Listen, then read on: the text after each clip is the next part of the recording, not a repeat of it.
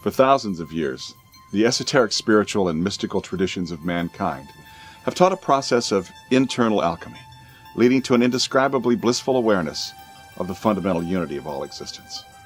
Now, for the first time in human history, some of these previously secret methods of mystical transformation are being openly revealed.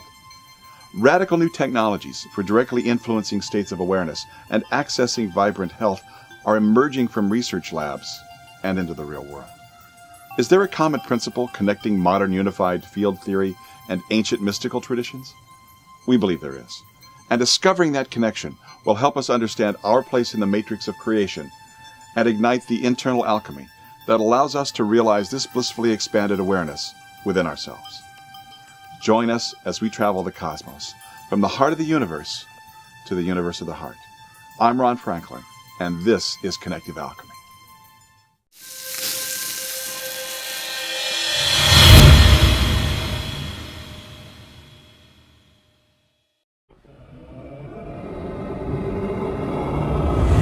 Our planet is electromagnetic. So are our bodies. As the ancient Hermetic teaching says, as above, so below. We are fractal reflections of cosmic processes working on all scales, from subatomic to supergalactic. Just as the magnetic pulse of Earth extends far out into space, your own heartbeat creates a magnetic pulse so strong it can be measured 12 to 15 feet away. We're in constant energetic communication with our environment. You can get an immediate confirmation of how your field of influence extends far beyond your own skin by just moving your body in the vicinity of a musical instrument called a theremin. This is a theremin. When you wave your hands in the space around a theremin, it emits a tone, with pitch being controlled by proximity to one antenna and volume by proximity to the other. Great fun with bad science fiction movies and popcorn. Coming up, we'll visit SciTech Laboratories, a center for testing, research, and measurement on subtle body energies, and get a closer look at just how much is really revealed when we learn how to read the body energetic.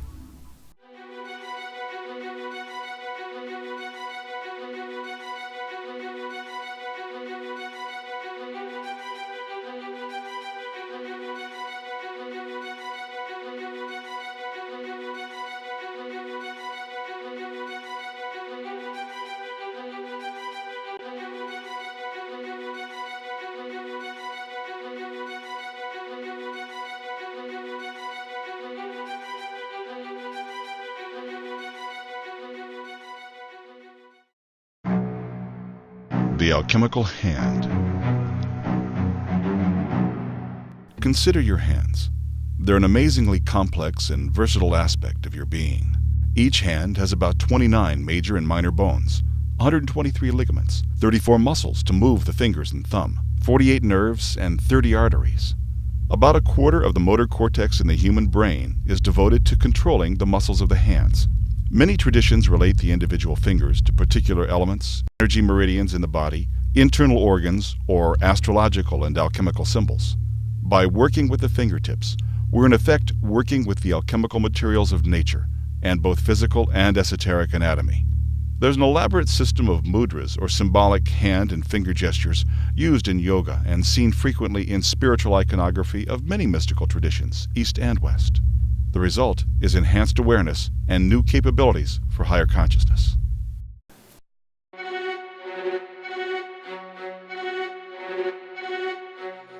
Today I want to show you a useful brain repatterning exercise my teacher learned in a hidden and ancient monastery in Central Asia. It's designed to help rewire the nervous system into a higher level of integration by learning to control patterns of finger movements. We're going to start with the right hand. The idea is to touch the thumb and each of the four fingers in succession. But there's four patterns starting with each of the four fingers. 1, 2, 3, 4, 2, 3, 4, 1, 3, 4, 1, 2, 4, 1, 2, 3. Combine those in succession and you get a pattern like this. Now let's move that to the other side and do it with the left hand, but instead of doing mirror image, we're going to go from the right side of the body to the left side of the body. So we cross over the midline of the body, and that's part of the power of the exercise. We start with a little finger and do the same sequence of 4 movements, starting with each finger in succession.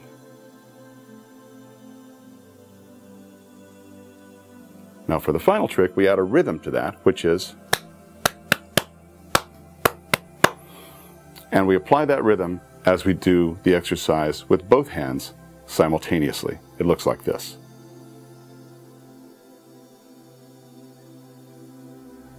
Once you begin to master the movements of your hands and fingers, it can open new worlds. Here's the kind of finger magic that I find transformative on many levels.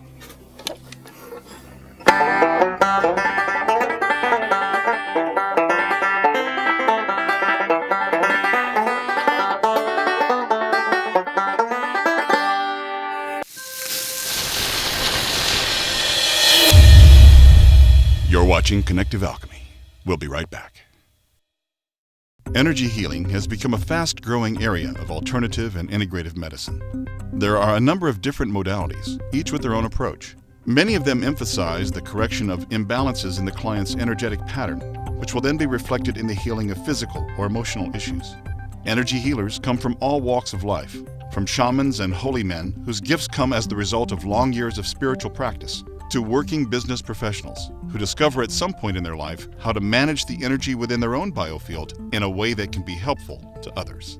One such business professional turned energy healer is Dr. Mary Jo Puleo, an organizational psychologist and business management consultant who discovered a deep interest and ability within herself as an energy healer. We talked with Dr. Puleo about her work in energy healing. We're seeing more and more people these days get involved in various types of healing modalities, as if people have understood that traditional Western medicine, while it's very good at certain things and can certainly get you out of a trauma situation, has its limitations when it comes to looking at the whole person or the whole organism. In some of these other energy modalities, there are doctors and nurses and psychologists and other professionals who are showing up and helping to do that important work of blending those two. Right. And creating those bridges. Right now we're bridging science and mysticism, and seeing that now our instruments are sophisticated enough that we can see the interaction. Energy healing and traditional medicine is making some of the same bridges. Sure. And it's more a matter of complementarity rather than this is an alternative to that, although there are some things where I'm sure you do have alternatives. Well, it's more than complementary, it's integrated. Okay. My dream is that it becomes much more integrated. So it's not like you're doing this now and now you're doing this. It's like, Correct. no, you're getting healed. And there's many ways we do that, some of which are like setting your bones and giving you blood work, and some of which are doing energy healing. But also realize that doctors have their own consciousness. Nurses have their own consciousness. The medical field has its own consciousness template that they're operating from. Right. And the more that we integrate and inform and work together to affect that consciousness, we can advance all of healing together. Right. And create that bridge of informing each other and working together. We can create more awareness in the medical field. Right. And there's a lot of like healing touch and other modalities that are in there, and bridge and integrate with other energetic forms. Right. Because the goal, after all, of all healers is to heal, is to restore wholeness or integrity. The goal of all clients is to restore wholeness Okay. and integrity. We just support them. Right. And it's an important point, because the more that we are responsible for our own health, the faster we can create healing. Right. Rather than the model of saying, oh, please, someone else outside of me come heal me. Yes. I'm just a passive receiver of this. Correct. It's an being a empowerment model. Being a Yes. participant in Well, it's not just a participant. You're responsible for your own healing. So if you're going to do energy healing with other people, you have to pay attention to your own energy field itself. Yes. Because it's a system, if you will, not just me doing something to you, right, in the model of that. Exactly. Well, and I am not a healer per se. Sure. What I do is I'm a catalyst for your own healing. Right. And by managing my own energy field and being very adept at that, it can help facilitate your healing. I see.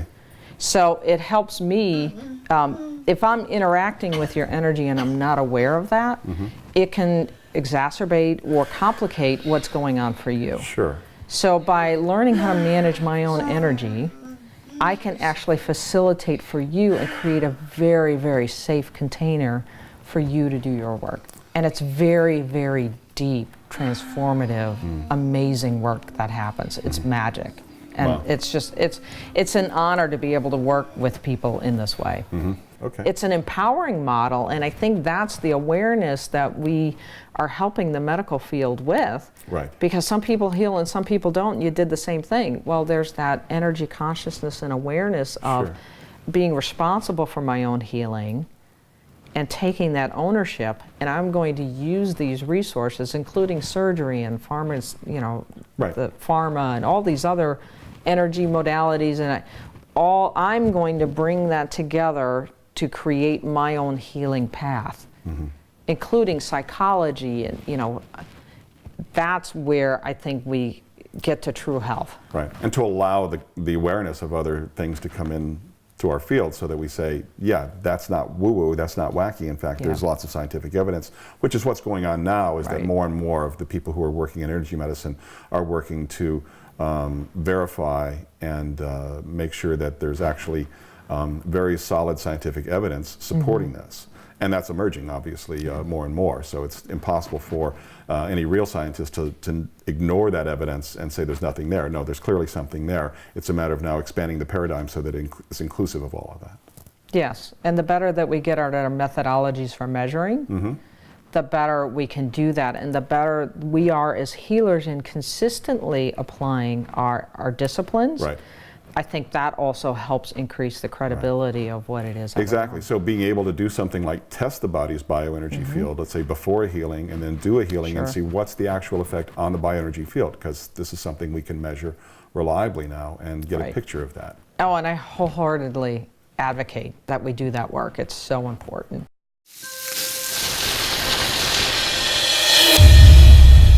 You're watching Connective Alchemy. We'll be right back.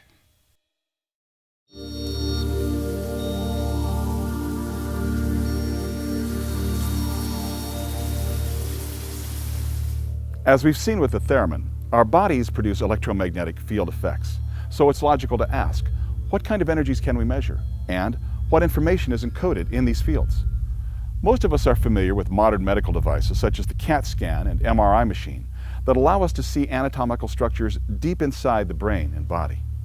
But how can we read the anatomical structures of the body's subtle energy fields, such as the auric field, the chi energy meridians of Chinese medicine, or the chakras, or subtle energy vortices perceived by accomplished yogis? Sophisticated technologies have now been developed for viewing subtle energy fields and interpreting the information encoded there. Here on the campus of the California Institute for Human Science in San Diego is the office of SciTech Laboratories, a company that specializes in measuring human bioenergy fields. We sat down with Bob Hertz, co-founder of SciTech Laboratories, to discuss the work they do there. Well, I've been involved in bioenergetic research for several years, and my partner introduced me about 12 years ago to the GDV. She saw that in India from a man named Konstantin Kordakov, who invented it. And for the last 12 years, I've been playing with that equipment, and about a year ago, we came up with the idea to make this equipment and the readings available to alternative practitioners, and actually to all practitioners and to the general public. Okay. And the idea is to give them information that they can't get from conventional equipment, and also to give doctors and practitioners the access to equipment that they normally wouldn't use in their profession. Dr. Gaetan Chevalier is Research Director for SciTech Laboratories. He earned a PhD in engineering physics from the University of Montreal and is currently visiting scientist in the Developmental and Cell Biology Department of the University of California at Irvine. Dr. Chevalier demonstrated a device called a GDV, or Gas Discharge Visualization Machine. Also known as an electrophotonic imager, the device was developed by Russian scientist Dr. Konstantin Korotkov and is based on the principle of Kirlian photography, a technique originally developed by Russian scientists Semyon and Valentina Kirlian in 1939. The GDV works by creating and then photographing a coronal electrical discharge from the subject's fingers, which is then subjected to computer analysis. The test process works like this. The subject places each of their fingertips one at a time on a clear quartz crystal plate to which an electrical charge is applied. The plate is shielded from the light by a hood and a shroud over the subject's hand so that the resulting discharge of electrons from the subject can be photographed by the small camera inside the GDV. The GDV software is designed to take the data collected in the electrophotonic imaging process, and submit it to analysis, measuring completeness and total energy of the biofield, symmetry of the field, and specific imbalances in various organ and energy systems, as inferred by the pattern of the coronal discharge images. The original black and white data is presented for display using color coding mapped to intensity of the field. A total body image generated by a composite of the readings on each finger provides a quick way to see unusually strong or weak energies. The GDV machine provides multiple ways to view and interpret the data collected, including a radial chart display that shows energy for each organ system on the right and left sides of the body, as well as energetic vitality relative to the normal range for a healthy individual. GDV inventor Dr. Korotkov developed another view of the electrophotonic imaging data based on the work of Dr. Hiroshi Moriyama, founder of the California Institute for Human Science. In his book called Theories of the Chakras, Bridge to Higher Consciousness, Dr. Moriyama correlates his intimate knowledge of the Chi meridian system with the subtle energy vortices along the spine, known as chakras. The correspondence is shown by a view of the energy of each chakra and the degree of expression of that chakra in the individual at the time of the scan.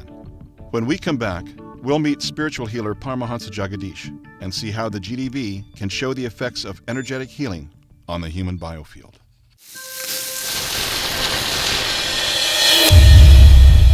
You're watching Connective Alchemy. We'll be right back. Paramahansa Jagadish is a healer and mystic who lives and works in California. In his healing work, he manifests a powerful energy that many people can feel. We worked with Jagadish and Dr. Chevalier to test the effects of the healing with the GDV. The protocol was simple. Jagadish was the healer and I was the test subject. Dr. Chevalier took a baseline measurement for each of us with the GDV. During the healing, I simply surrendered to the process and tried to release any expectations. Subjectively, I experienced a sense of heightened energy and awareness that continued to develop over the next several hours. After Jagadish did the healing work with me, we measured again. The results even surprised Dr. Chevalier, who has tested a lot of energetic healers and their subjects. So now here we have an example of energy healing happening here. And we have the person who has worked on here, Ron. We always do a baseline on both the person that is the subject and also on the healer. And so you have at the top here you have Ron, which was the person who was worked on, and below we have Jagadish, who was used as the healer in this experiment. So we have first the baseline for both of them, and then we have immediately after the session, and then an hour later. So what we see is that there were, for the subject, we see that there were some gaps and some excesses here to start with. And when after the treatment, it's like the energy field exploded. Almost, it feels like there's so many more gaps, and in that it was a bit surprising because normally, I mean, we've seen that in the past, but this is all over the place. It's like one of the most extreme ones I've ever seen. And and people would say, wow, the healing didn't work. Even the healer, Jagadish said, maybe I should retire. I said, no, this is excellent, because the GDV, we've seen that before. And we've seen healers who are like amazing healers, large energy field. They still sometimes you have huge gaps. And how we interpret that is that the GDV, this EPI, the gas discharge visualization electrophotonic imaging system that we use, has a limited bandwidth. And we think that what happens is that if the energy of the healer goes too high in frequency or something like that, it goes out of the range that can be grabbed by the GDV.